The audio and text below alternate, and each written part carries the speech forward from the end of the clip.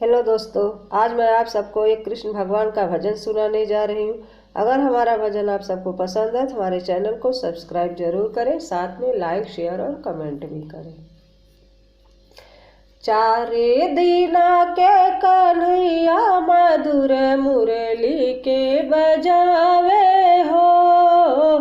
चार दीना के कन्हैया मधुर मुरली के बजावे हो। चार दीना के कन्हैया मधुर मुरली के बजावे हो।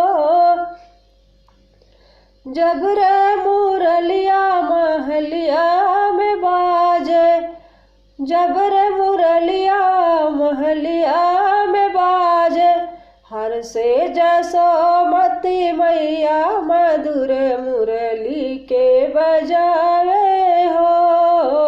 हर से जसोमती मैया मधुर मुरली के बजावे हो। चार दीना के कन्हैया मधुर मुरली के बजावे हो।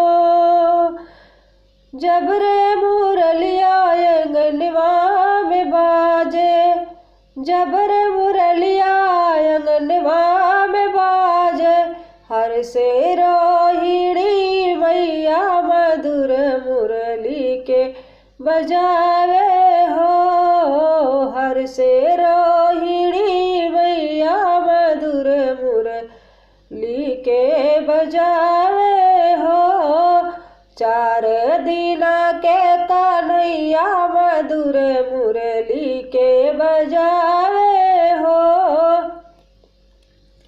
जब रे मुरलिया दुअरवा पे बाजे, जब रे मुरलिया दुअरवा पे बाजे, नाचे गोकुल नगरिया मधुर मुरली के बजावे हो।